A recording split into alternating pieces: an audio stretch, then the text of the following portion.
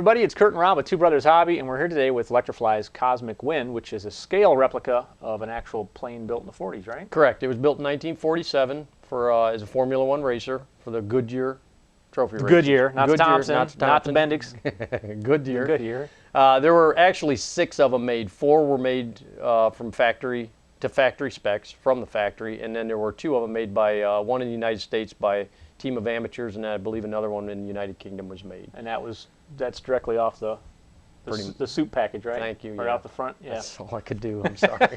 He's got nothing else for us today. Well, let's take a look at some specs on the Cosmic Wind.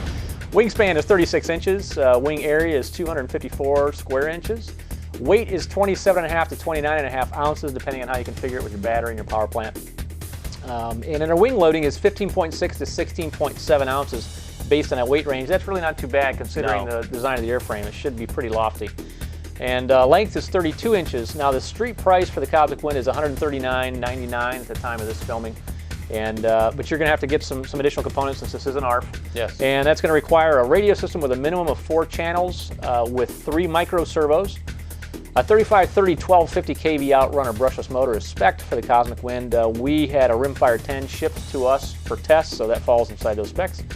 You need a 25 amp ESC for that motor, and it'll require a 3S 11.1 volt 1800 milliamp LiPo minimum for that power plant. We ran the 10s with 2100 milliamp and such, so we'll probably play around with some different battery sizes. And then finally, an 8x8 electric prop is spec'd, and we're going to be using an APC 8x7.5. I don't even think APC makes an 8x8, so we had to go with this closest one we had. But those are the hard specs. Now, Rob, get us familiar with what the out-of-box contents are and what you expect. We have a one-piece molded fuselage here, Kurt, with a battery access hatch, and probably to get to the ESC and things like that. And if you notice, it's kind of unique. It's on the bottom. We're used to these being on the top. Yeah, I noticed that. That's kind of cool. Magnetic, another nice feature. Got your push rod tubes already installed, but other than that, everything else needs to be put in. It's a really nice fuselage, too. It is. The finish on it is just beautiful. Very good. Nice paint. Is flawless. The tail surface is just a flat balsa design, covered in the monocoque covering. We've got the wing here, which is all aileron, if you notice that, Kurt. Yep. Almost all the way to the root. Yep. One servo will run the controls on that in the center of the fuse. We've got some fiberglass wheel pants here. Got our spinner, little windshield. The landing gear is aluminum, painted aluminum landing gear. We've got our rudder here, which is balsa, solid balsa piece covered.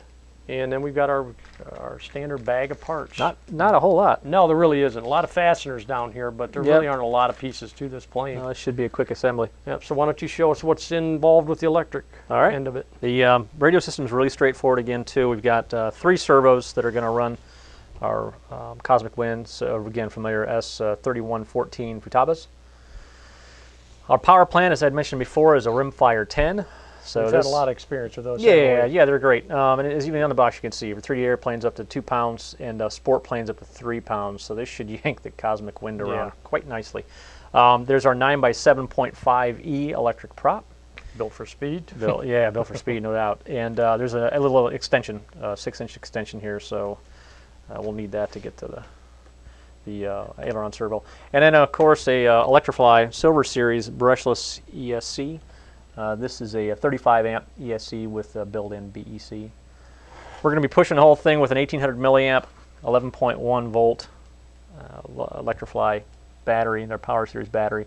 This is 25C discharge, so it should be more than ample. We've used this combination on the Power 10 a number of times, so we're familiar with it.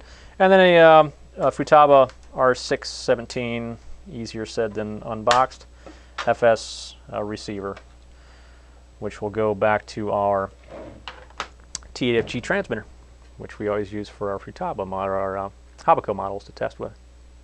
This is a nice, computer radio system. It's going to have all of our dual rates and expos and everything else we're going to want for the Cosmic Wind. You get up there around 100 miles an hour, you're going to want some really nice accuracy on your radio system and some ability to dial in some expos for sure. But that's it for the radio system. With ours all built and ready to go, it's time to take it out to the field. Yep. That's all that's left. That's all that's left. We've already built it. Put your mad skills to From the time we went through all the details on the bench, a quick take, a quick cut in the camera footage, we've built the whole darn thing. It's ready to go. Boom. It's amazing. Awesome. Make sure you come back after the flight footage and see how the Cosmic Wind scored on a 5x5 review process.